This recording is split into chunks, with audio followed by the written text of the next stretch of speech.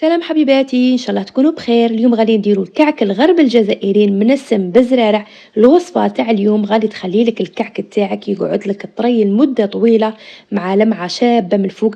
بما ان عيد الاضحى على الابواب قررت نديرها لكم بطريقتي، ان شاء الله تنال اعجابكم. نبدو بسم الله على بركه الله. هنا اول شيء غادي نبدو بالزرارع تاعنا. عندنا حبه حلاوه وهذا الشنان، هادو ضروريين بزاف في الكعك تاع الغرب الجزائري. ليق نديروهم باش يجينا الكعك شباب ومنسم. وزريعة البسباس. هنايا انا بعد ما حمصتهم مليح ونقيتهم وغادي نجي نطحنهم هكا طحنه خفيفه، ماشي بزاف، غير باش هذيك الريحه تاعهم وهذاك التنسام تاعهم يخرج لي في الحبات. شوفوا كي طحنتهم غير شويه ماشي بزاف. غادي ندير نصف الكميه، ملعقه ونص تاع الزرارع تاوعي، والنص الاخر نديره في العجينه. غادي ندير معاهم كاس تاع ماء ونديرهم فوق النار يغلو. كي يغلو نطفي عليهم ونخليهم يبردوا. كي يولوا دافيين نستخدمهم في العجين تاعي. هنا غادي نجيب غيسيبيون ندير فيه كاس تاع حليب دافي، الكاس تاع 220 مليلتر، ملعقه سكر مع ملعقه من الخميره وملعقتين من الفارينه.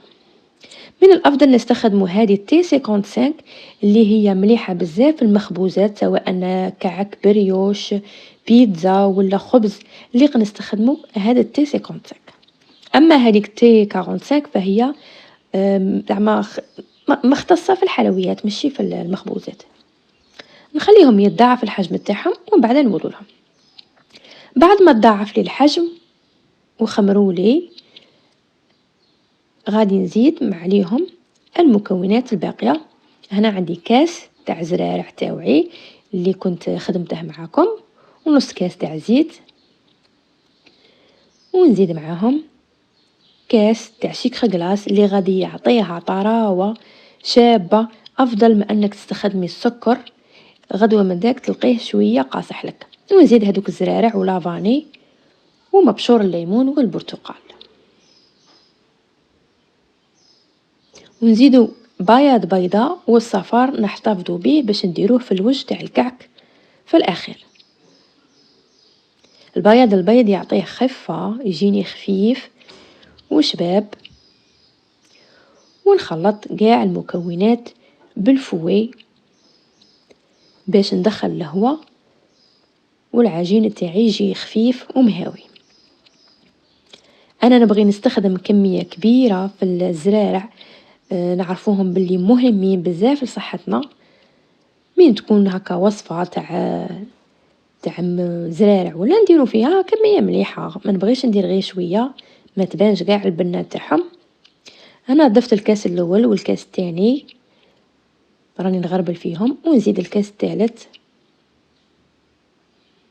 كما راكم تشوفوا هكا نغربلوا المكونات مليح ونبدا نخلط ونلم. كنت في المره اللي فاتت درت معاكم بريوش محشي بالشوكولا، يجي تاني من اروع ما يكون. اللي تبغي الوصفه تلقاها مثبته في صندوق الوصف. تاني هذاك البريوش يجي شباب. انا ملعقه صغيره من الكركم، اللي تبغي دير زعفران دير. المهم انا نفضل الكركم على الزعفران باش يعطيه اللون هذاك الاصفر هكا الشباب. اللي تبغي دير مازهر ولا دير، انا ما نبغيش المازهر في البنه تاع المازهر في الكعك. ونزيد هنايا الكوب الرابع. هاد الاكواب يرفدوا 220 مليلتر، هذا الكوب الرابع. ونزيد الكوب الخامس كما راكم تشوفوا هكا. وندير 2 اكياس من الخميره الكيميائيه وزن 10 غرام، تعطيها خفه الخميره الكيميائيه. ونخلط هكا نلم قاع المكونات مليح.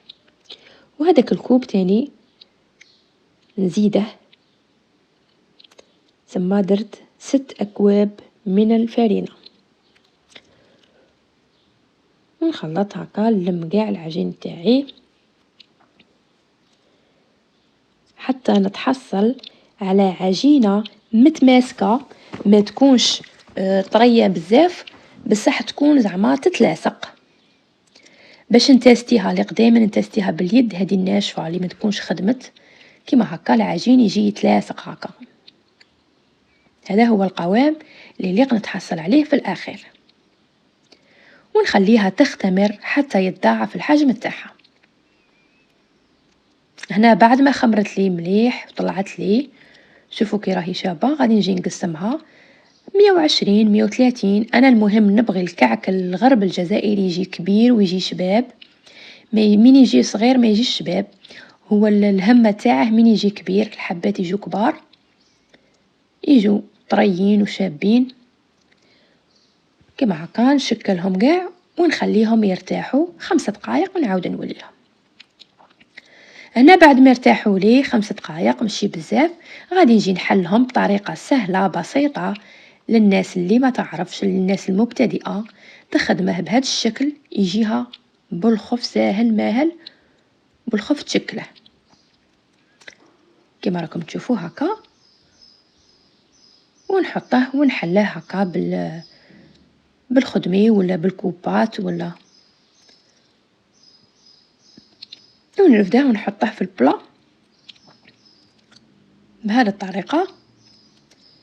وغادي نزيد نحل معاكم حبة تانية للناس اللي ما تعرفش ترفد الكعك ولا تخاف منه، تقول لك يتبدل لي الشكل تاعه ولا كالي تخاف منه.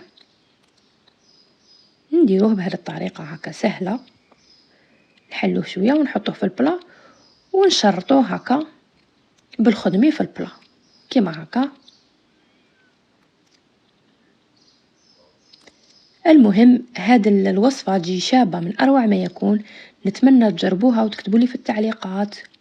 أنا بعد ما كملتهم كاع غادي نخلوهم يخمروا، نغطوهم ونجو نكملوا هادو اللي راهم باقيين لا. والناس اللي تعرف تخدم هكا بالخف بكل سهولة وتحلهم هكا،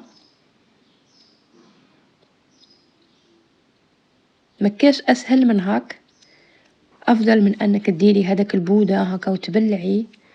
هنا بعد ما خمروا لي مليح تماما غادي ندير لهم شوية صفار بيض مع القليل من الحليب اللي غادي يعطيه لمعة شابة، وشوية تاع لافاني باش تقلع هذيك الريحة تاع البيض، وندهنوهم هكا كاع على الوجه. ونكونوا محضرين الفرن تاعنا على أعلى درجة. كي ندخلوا البلا تاعنا ونشوفوهم بداو يطلعوا بداو يقضبوا الشكل تاعهم، نقصوا للفرن نديروه في 200 باش الحبات تاعنا يطيبوا غاية من الداخل وما ينحرقوش.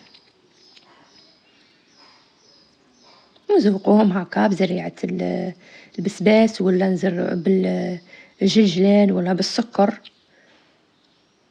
هنا بعد ما طيبتهم كاع شوفوا كي طابوا معايا، راهم طريين شابين، جاو من أروع ما يكون، محمرين. شوفوا كي جو طريين ويقعدوا طريين لمدة طويلة، أفضل من أنك تستخدمي السكر الغدوة من ذاك ولا تلقيهم شوية قاصحين. غادي نفتح معاكم حبة وتشوفوها كي تجي، يجي خفيف مثقب معمر بالزرارع، وزيد يجي هشيش ويقعد معاك لمدة طويلة. شوفوا كي يجي خفيف طري، يجي ما شاء الله. نتمنى تجربوا الوصفة وتكتبوا لي في التعليقات، ونشكر كاع الناس اللي راهي تدعم القناة وتخلي لي لايك. شكرا، مع السلامة، إلى الملتقى في وصفات جديدة إن شاء الله.